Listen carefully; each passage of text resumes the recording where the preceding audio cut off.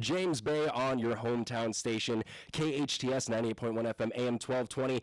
Good morning. My name is Shane Cutchall, and joining me in the studio this morning is Richard Sherman of Alta Realty Group. Richard, good morning. How you doing? Good morning. I'm doing very well. Thank you for having me in. I appreciate it. Absolutely. It's always good to see you. Always good to talk to you as well. And, well, let's get right to it. The COVID-19 pandemic, by now, it's no secret the severe impact that it's had on industries all over. And real estate is no different. So you've been in it. You've been doing it for a long time. You've been doing this since you were 19 years old. Tell me what the past few months have been like. Surprised that's what you're talking about. The pandemic has been, it's obviously been a sea change in the way that real estate operates. It's been a dramatic difference in how we have to do things. You can't really do open houses, et cetera. So it's definitely been an adjustment. But as far as the market itself, what we've seen is, and this really has more to do with interest rates, because the bottom line is interest rates are so low right now that if you can buy a house, if you can do a refinance, now's a good time to do it because they're not going to get much lower. And right now we're in a position, because of the pandemic, everything's sort of stalled, so inflation hasn't really taken hold, which it ordinarily would. So the interest rates aren't going to be able to stay this low for this long. I'm very surprised that we haven't already seen a slight rise in the rates and a slight slowing of the appreciation in housing values. It is starting to slow down a little bit on the lower end, which is also a surprise. You'd think it was showing at the higher end first, but people who can get financing, who are working through this, tend to be in higher end positions than people who are in lower end positions in general. The entire service industry has been completely destroyed. So there's nobody who works at a movie theater or a restaurant or something like that who's buying a house or refinancing or doing anything but trying to hold on for dear life through this mess. So I was going to say the key words in there is if you can. It's certainly a good time to buy if you can, because well, you'll pay a little bit more for a property than you ordinarily would, but the interest rate's so low that you'll make up whatever that difference is over the first 5 years because of the difference in the interest rate. But that's the market right now is not my concern. It is because I do this, but the larger concern is where are we going to be a year from now? That's my biggest concern, because the interest rate, what happens for people who aren't into this sort of thing, and I don't expect most people are, when the interest rate is very, very low, that makes money very, very inexpensive, right? That makes sense. It's cheaper to borrow. We are a borrowing economy by and large, so that's fine. But when money becomes cheaper, inflation goes up, because you have more money to spend, so you'll start to see the price of bread and the price of milk and staples and things like that start to go up. You're already starting to see that in more luxury items. And what will happen is inflation will get to a point, again, i.e. housing prices going up, inflation, it'll get to a point where the interest rate has to be raised to combat inflation, because inflation is far more dangerous to an economy's well-being. And my concern is the Fed has been so, whether it's because of the election or because of the crisis or whatever reason, the Fed has been so very strange in its behavior. They dropped the interest rate to nothing as quickly as they could and left themselves no room to do a whole lot else. So it's only got one place to go. And I think we'll be fine, at least through the election. And like I said, I am surprised, because I'm surprised that the pandemic is still going on.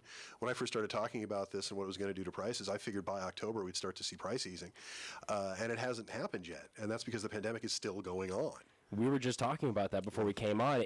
We were talking about the key phrase became a new normal, but that was supposed to be a short term. Yeah. We've completed 6 months. We're going on 7 months, and that is extending past the short term. And so that is a good thing to worry about. What's going to happen in the future? What's going to happen next year? Well, we'll start to get more inventory. Right now what's really driving the market is low interest rates. The second factor to that is low inventory. There aren't as many houses out there, and I think it's fairly common knowledge. But those two things, supply and demand, if demand remains constant, supply is retarded, prices go up. And in this case, demand, although overall has not gone up, the people who can buy are. And they have a stronger personal demand, if you will, because of the interest rate. But the concern is we're at a year from now, because as inflation starts to take hold, and it is, the interest rate has to go up. I don't think anything's going to happen until after the election, because that's where we're very polarized politically. But unless, I keep telling people this, because I get very pedantic when I start talking economics, and it bores the heck out of most people. Their eyes roll back in their head. I get it. Even my wife, she's like, yeah, okay, enough. Just tell me your conclusion. Fine, I get it. Stop. It's enough. She's a saint, is what you're saying. Oh God, yes, she's amazing. She's also the brains of the operation. I'm amazed that she's still with me all these years in. But really, what it comes down to is, you're going to see a price devaluation. You're going to see prices come down as inflation starts to take hold. Interest rates go up, prices come back down. It's a very cause and effect sort of a thing. And with the Fed going with these sort of absolutist policies, it's going to be rough. Because, and I'll put it to you this way, unless you think that a worldwide pandemic, unprecedented unemployment, and all the other economic woes that we are currently experiencing is somehow good for the health of the economy, then yeah, prices are going to go down. Inflation's going to go up, prices are going to go down, and the interest rate's going to have to go. And that's going to be a problem. And when you add to that the way the way the political angle has been handled here, nobody seems to want to take charge. And so what we wind up with is, like, we have a bill in California that just passed beginning of last month called AB 3088, which protects tenants, and that's lovely for tenants. It kind of kicks the can down the road of a very, very large problem, but it does nothing to protect the landlords. And as more than 50% of all available rentals in California are not owned by corporation. They are owned by individual owners who own less than 3 properties. That's a big part of the market. It's not, I mean, the corporations can weather this. That's fine. AB 3088 works for them. You don't get to collect rent until, you get to collect 25% of the rent up until January, and then you got to reshuffle after that, basically. But if you're an individual owner, like I have clients who have to make their mortgage payment on a property that they were supposed to move into in April when he retired, that they have a tenant in who now will not move out. They can't evict him, although they can finally start that process now. Finally, as of yesterday, they can start the process. But they can't evict him, and yet they're still making the mortgage payment on that house and the rental property they're in. It's completely ridiculous. People are getting squeezed. We have 500,000 people. I want your listeners to hear this. This is an important number. 500,000 people projected in Los Angeles County alone who are in imminent danger of eviction. That means they are not paying their rent, and as soon as they're able to get evicted, they're going to. The vast majority of those are going to hit in February and March of next year. We don't have 500,000 places for them to live, especially after an eviction. I'm glad you mentioned that number because of how important it is and how severe it is. That's significant. That's huge. And so part of what you do isn't just help people buy and sell. It's all part of the market. But you part of your title, I just read it this morning, is foreclosure prevention advocate. So we do a number of things in my office that are very odd to the real estate industry. We do foreclosure defense. I've been doing it for years. I'm just not a fan of the way the mortgage system works. I get it. And it's hard. It's okay. But the way it's been abused by the banks over the years and the way it's taken advantage of individual homeowners is just obscene.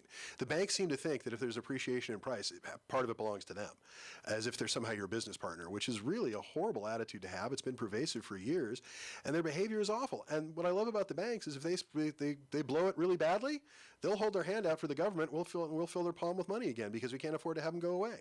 It's an essential industry that is not a utility. It's astonishing that we allow them to do this, but they do. So I got into that fight many years ago. I'm very proud of the work we've done. We've saved thousands and thousands of houses from foreclosure.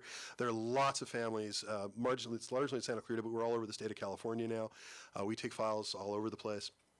We're actually starting to look into other states now because what we do is so unique, where we save people from foreclosure. We do it totally for free, and we are not a state agency. We are not a nonprofit.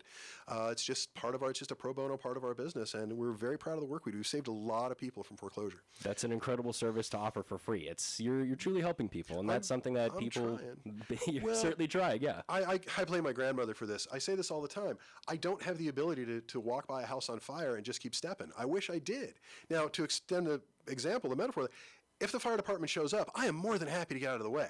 I am not suggesting I'm always the most qualified for this, a lot of the fights I get into, but nobody else is getting into these fights. And when it comes to mortgages and foreclosure defense, I'm eminently well qualified because I've been doing it for a very, very long time. And I've been lucky enough to have input on some of the laws that actually protect homeowners that we didn't have a couple of years ago. Now we do. And I'm very up on what I try to stay up on what they're doing in Sacramento. Typically what happens, though, is you'll find that most politicians are loath to get involved with a fight against the banks. Some make it their thing, and that's great, and thank goodness for them, but most don't. It's just not a fight they really understand, I think, and if they choose to, and not because they just have not studied it.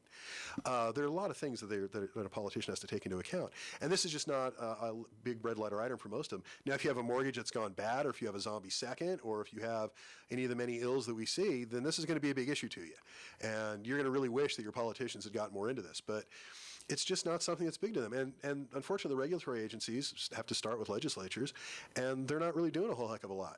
You know, most people have the attitude that the mortgage crisis ended in 2009, and that's ridiculous, but That's what they say. The pandemic's disrupted a lot of industries, but it's certainly not disrupted this one. So with that insight that you have in this industry, what's some advice or information you could provide to people to help them out? Biggest thing is there is no foreclosure prevention in any of the COVID regulations. The only exception to that are Fannie Mae and Freddie Mac loans, which were doing this before the government got involved.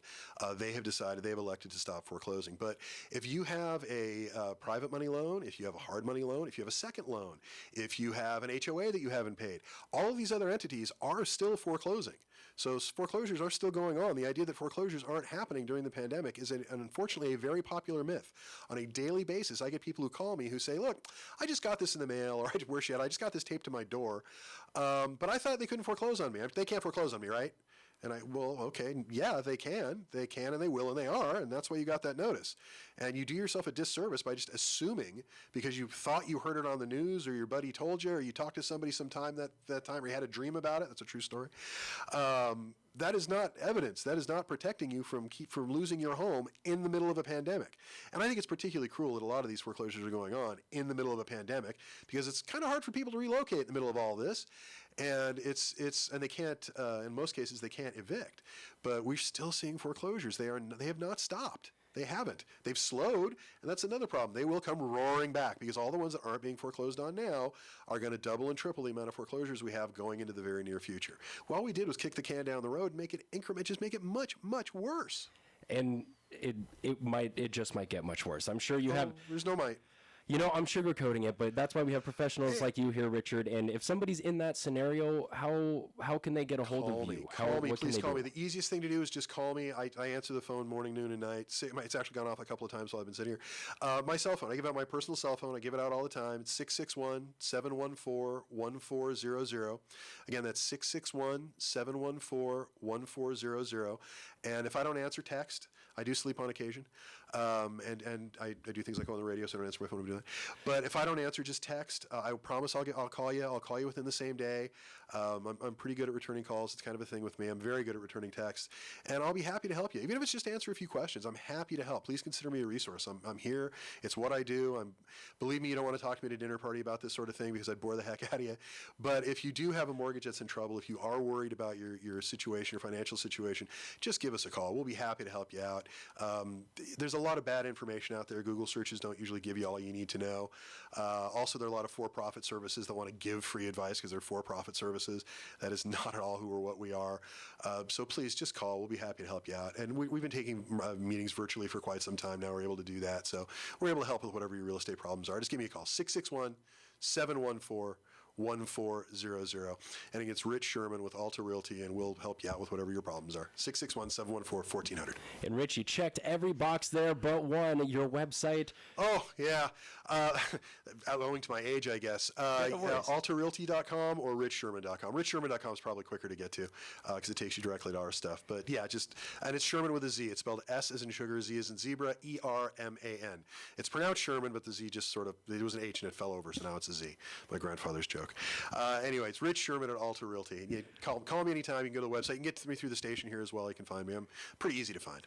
That's incredible information, incredible resources, and certainly a lot that you've already offered this morning. You provide free foreclosure defense services. You really do a lot for people, so there's something that I know people can't get enough of right now, and that's help. Yeah. Somebody to be there for them. So just trying to do our part. Richard, thank you so much for coming in. Thanks for sharing that info. Yeah, absolutely. Thanks for having me in. You got it. So we're going to get you back to the music right here on KHTS. We're going to take a quick commercial break. Then we have more music to finish off the hour. Again, thank you to Richard Sherman for joining me in the studio this morning, for joining KHTS, and we're going to get you right back to it. It's all right here. It is your hometown station. Hometown, your hometown station. Hi, I'm Miles McNamara, certified senior advisor and owner of Comfort Keep.